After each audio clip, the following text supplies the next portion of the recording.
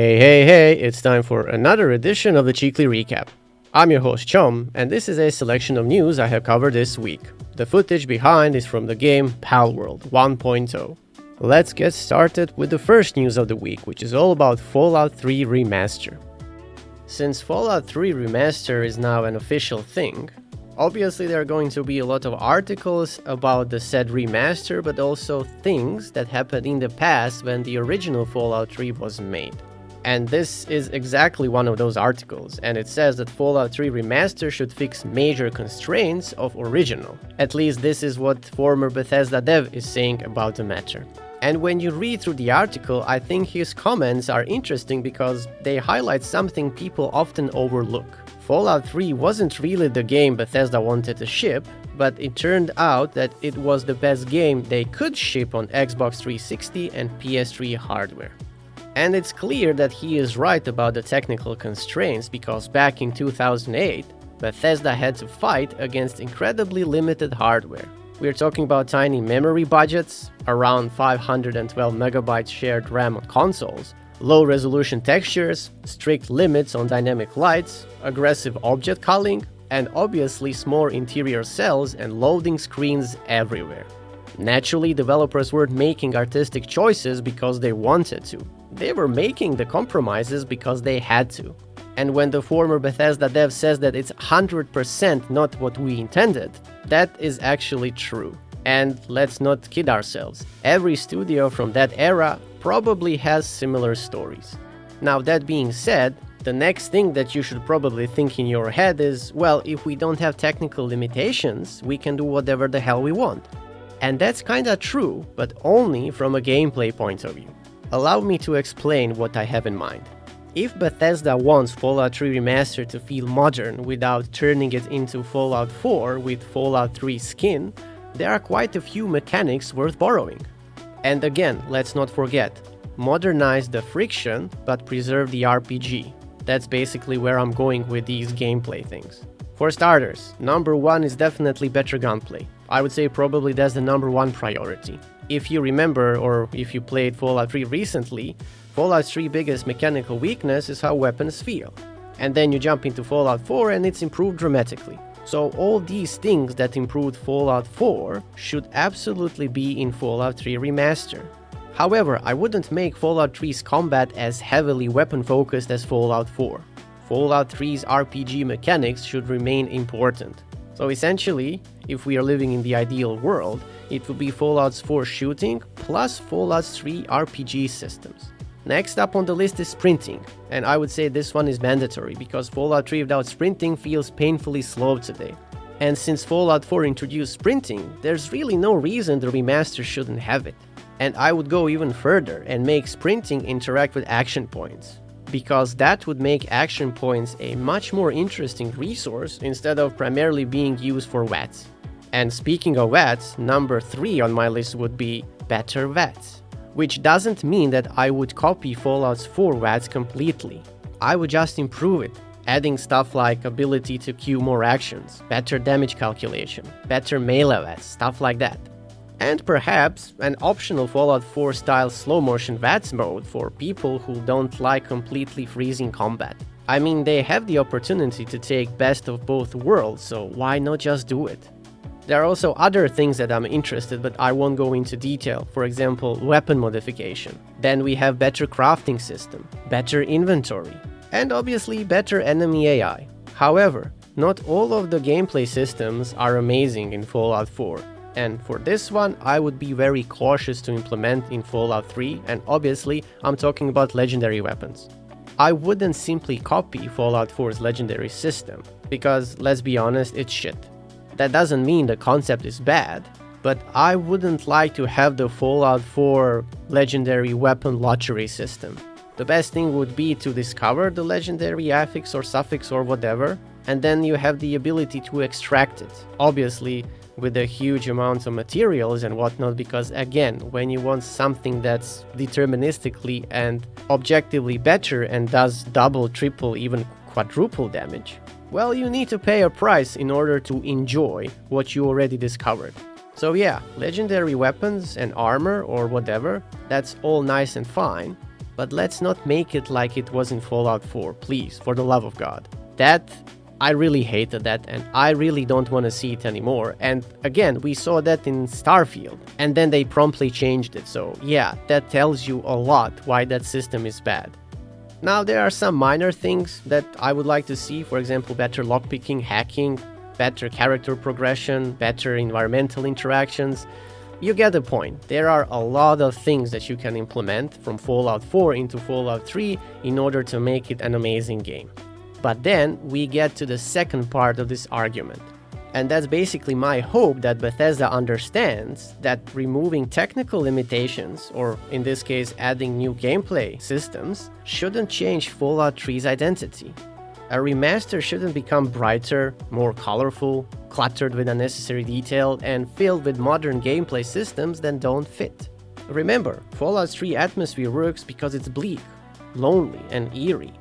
The capital wasteland has huge stretches of nothingness, and that's intentional.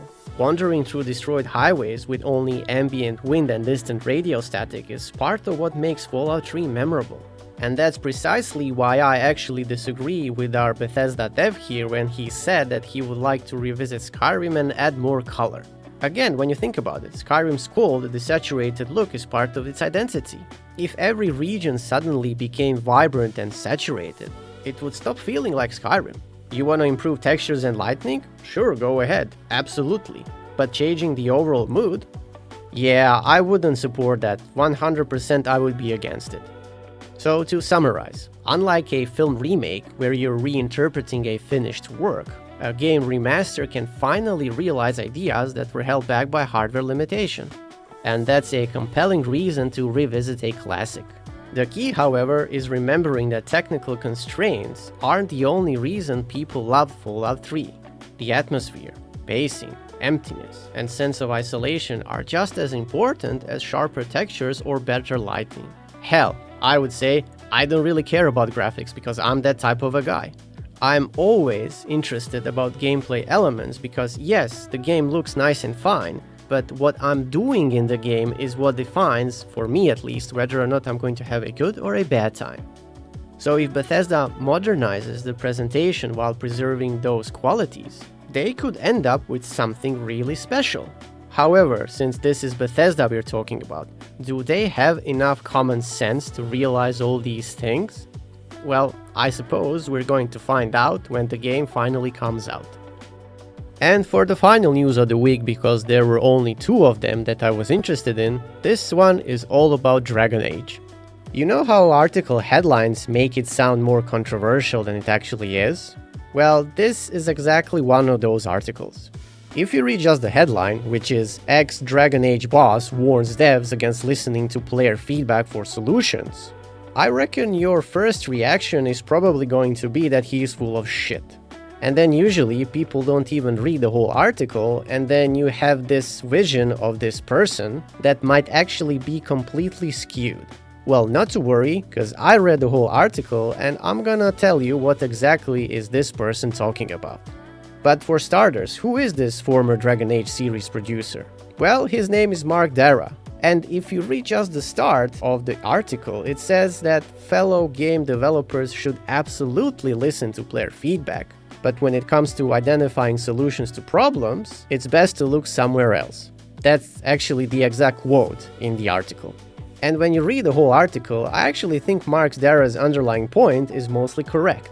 The important distinction is that players are excellent at telling developers what's wrong, but they aren't necessarily the best people to decide how to fix it. And I would say that's a pretty important distinction. For example, let's take a look at a couple of examples.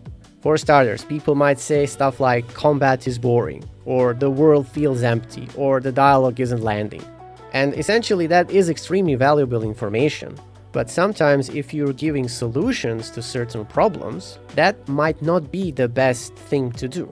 In the article, Darrah gives a good example. Players might say enemy AI needs to be smarter, but the actual problem could be that enemies die too quickly, the encounters are poorly balanced, or pathfinding is broken. However, there is a big caveat. I personally think saying that players aren't developers can become dangerous if a studio uses it as an excuse to diminish criticism. And I would go even further, saying that players don't really need to understand game development to recognize that something feels wrong. And I would say more often than not, players actually do identify the solution properly.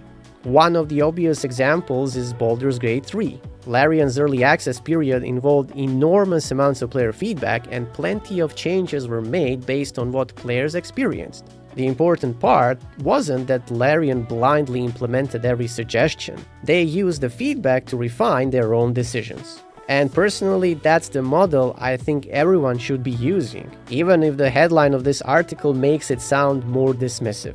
Also, one interesting thing. The discussion around the article is already splitting along exactly these lines. Some people argue that players are good at identifying problems but not the solutions, while others point out that successful studios such as Larian and Digital Extremes have benefited enormously from community feedback. And this is where I think the Dragon Age angle gets interesting. Take Dragon Age 2 for example. One of the major criticisms was the excessive reuse of environments. And then Inquisition went in the opposite direction with enormous areas that could sometimes feel padded with relatively uninteresting content. So this basically gives you a great illustration of the difference between players don't like this and, well, if they didn't like it, we should do the exact opposite. And those aren't the same thing. The developer's job is to figure out why players didn't like it.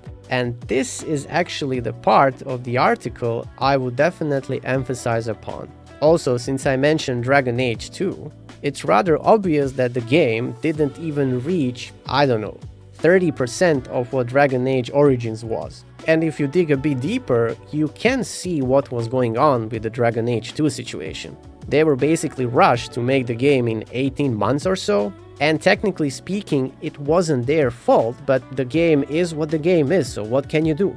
You can criticize what you have in front of you and not what would have happened if they had the time, or taking into account that they only had 18 months to produce the game.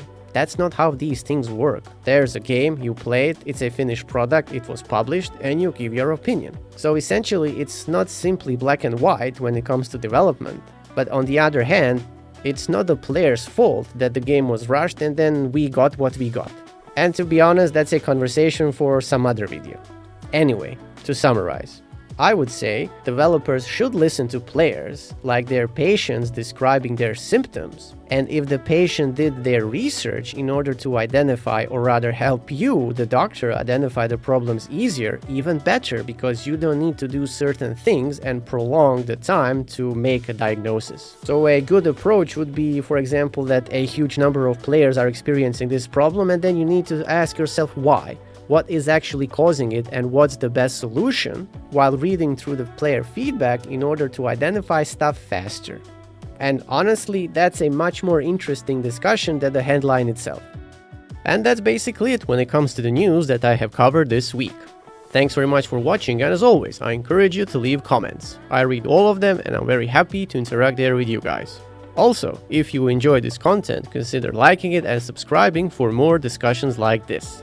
And that's it from me, until the next one.